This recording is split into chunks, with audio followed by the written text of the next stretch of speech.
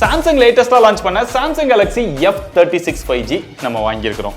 Already பாத்தீங்க அப்படின்னா M36 launch பண்ணியிருந்தாங்க. அதே மொபைல தான் F36 அப்படின்னு லான்ச் பண்ணியிருக்காங்க. ஸோ ரெண்டுக்குமே எந்த ஒரு டிஃபரன்ஸுமே கிடையாது. ஸோ M36 வாங்கணும் இல்லை F36 வாங்கணும்னு நினைக்கிறவங்க இந்த வீடியோவை ஃபுல்லாக பாருங்க. முதல்ல பாக்ஸ் கண்டென்ட். சாம்சங் அப்படின்னாலே பாக்ஸ்குள்ள மொபைலை தவிர ஒண்ணுமே இருக்கிறது இல்லை.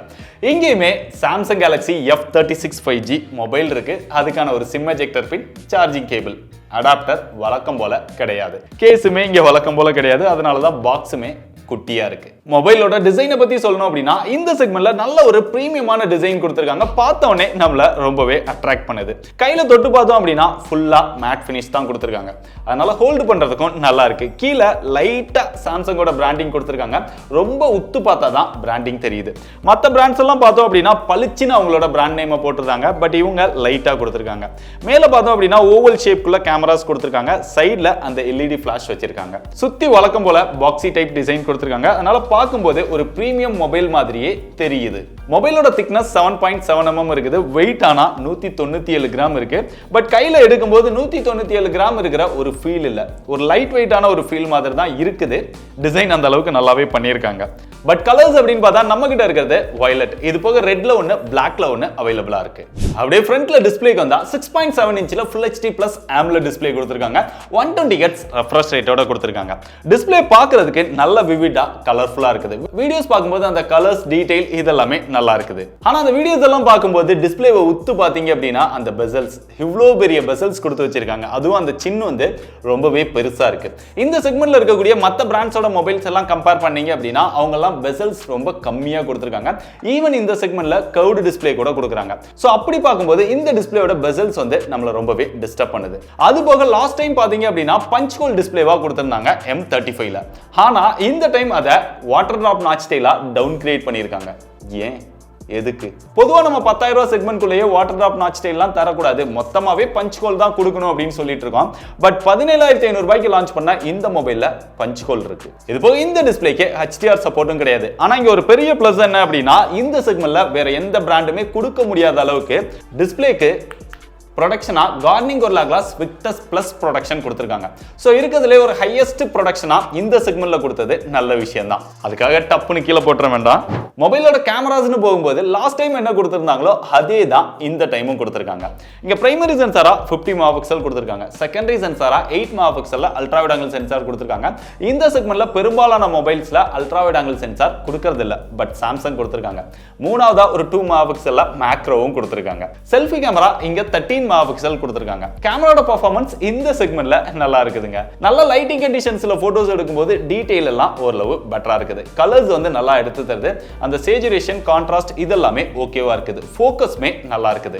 ஓரளவு டீசென்ட்டான லைட்டிங்ல எடுக்கிறீங்க அப்படின்னா ஷார்ப்னஸ் வந்து கொஞ்சம் கம்மியாகி கொஞ்சம் மொழுமொழுன்னு போட்டோஸ் எடுத்து தருது.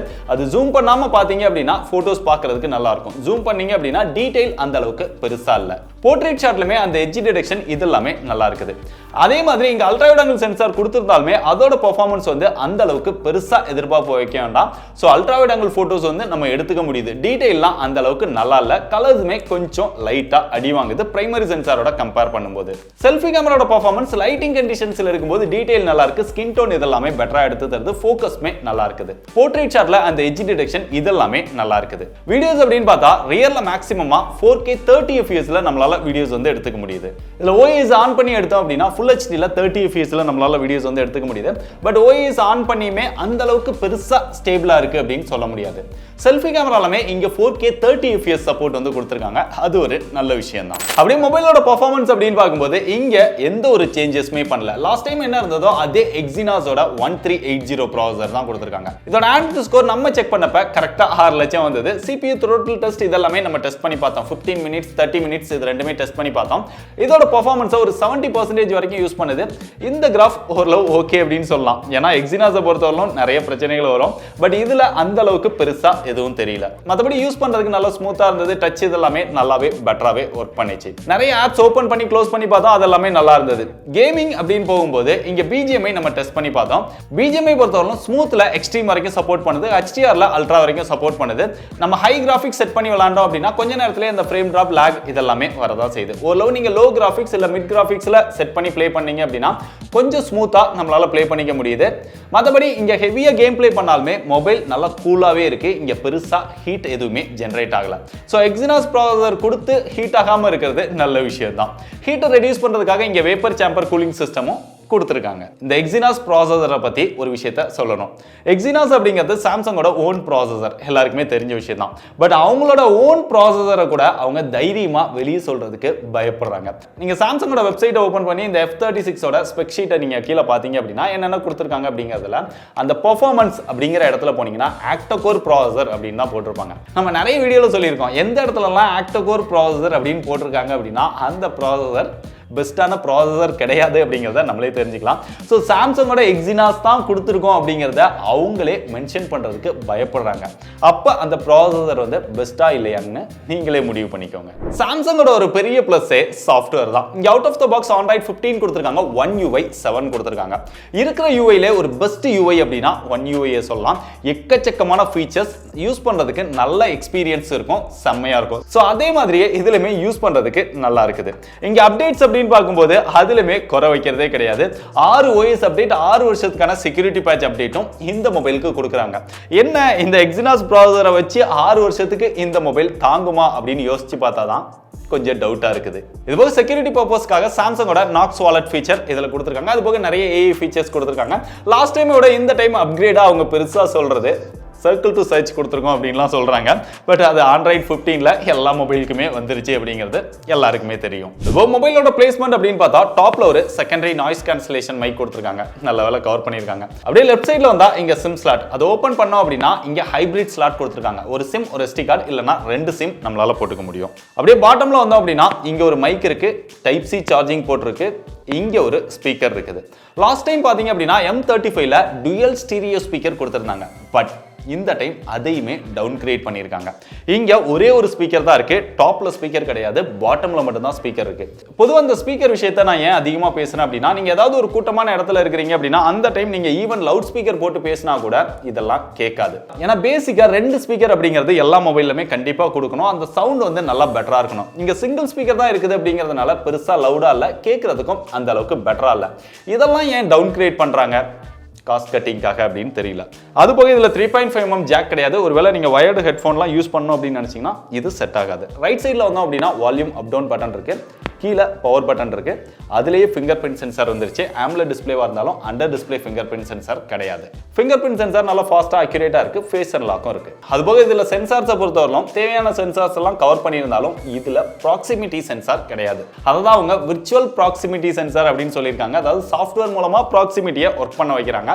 பட் ஹார்ட்வேர்ல இங்க சென்சார் கொடுக்காது ஒரு நெகட்டிவா நான் பார்க்குறேன். மொபைலோட பேட்டரியை பொறுத்தவரையிலும் இங்கேயுமே ஒரு டவுன் கிரேட் பண்ணியிருக்காங்க. லாஸ்ட் டைம் வந்து 6000 mAh கொடுத்திருந்தாங்க. பட் இந்த டைம் 5000 mAh கொடுத்திருக்காங்க. 1000 mAh குறைச்சிருக்காங்க. 2025ல எல்லாருமே 6000, 7000, 7400 அப்படின்னு போயிட்டு இருக்காங்க. பட் சாம்சங் ஆல்ரெடி நிறைய பாத்தீங்க அப்படின்னா அவங்களோட M சீரிஸ் F சீரிஸ்ல 6000 தான் கொடுப்பாங்க. இப்போ அதை டவுன் கிரேட் பண்றாங்க. எல்லாரும் அப்படி போனா இப்படி போறாங்க, எல்லாரும் இப்படி போனா இவங்க அப்படி போறாங்க, என்னதான் நினைச்சிட்டு இருக்காங்க அப்படின்னு தெரியல. சோ அது போக இங்க ஃபாஸ்ட் சார்ஜிங் சப்போர்ட், அவங்களோட ஹையஸ்ட் ஃபாஸ்ட் சார்ஜிங் சப்போர்ட்டான 25 வாட் இதுக்கு கொடுத்துருக்காங்க. பாக்ஸ்குள்ள ஏற்கனவே சொன்ன அடாப்டர் கிடையாது, அதுக்கு நீங்க எக்ஸ்ட்ரா தனியா 1000 ரூபாய்க்கு மேல போட்டு வாங்கணும். பேட்டரி பர்ஃபார்மன்ஸை பொறுத்தவரைக்கும் நம்ம யூஸ் பண்ண வரைக்கும் நல்லா தான் இருக்கு. பேட்டரி நல்லா ஆப்டிமைஸ் பண்ணியிருக்காங்க.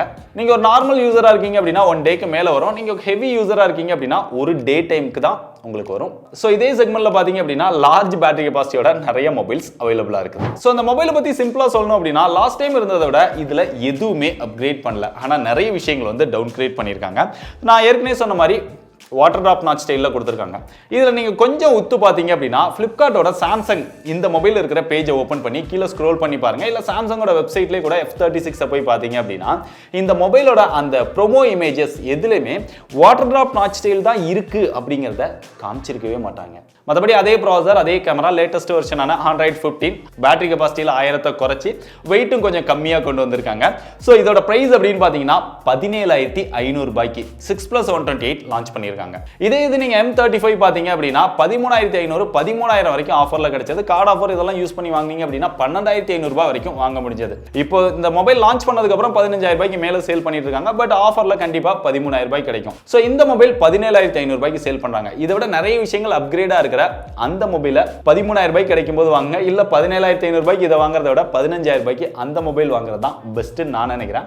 இல்லப்பா நான் சாம்சங் ஃபேன், எனக்கு லேட்டஸ்டான மொபைல் தான் வேணும், நான் சாம்சங் கேலக்ஸி F36 தான் வாங்குவேன் அப்படின்னா அது தாராளமா உங்களோட விருப்பம். பெஸ்ட் பை லிங்க் டிஸ்கிரிப்ஷன்ல கொடுத்துருக்கேன், செக் பண்ணி பாருங்க.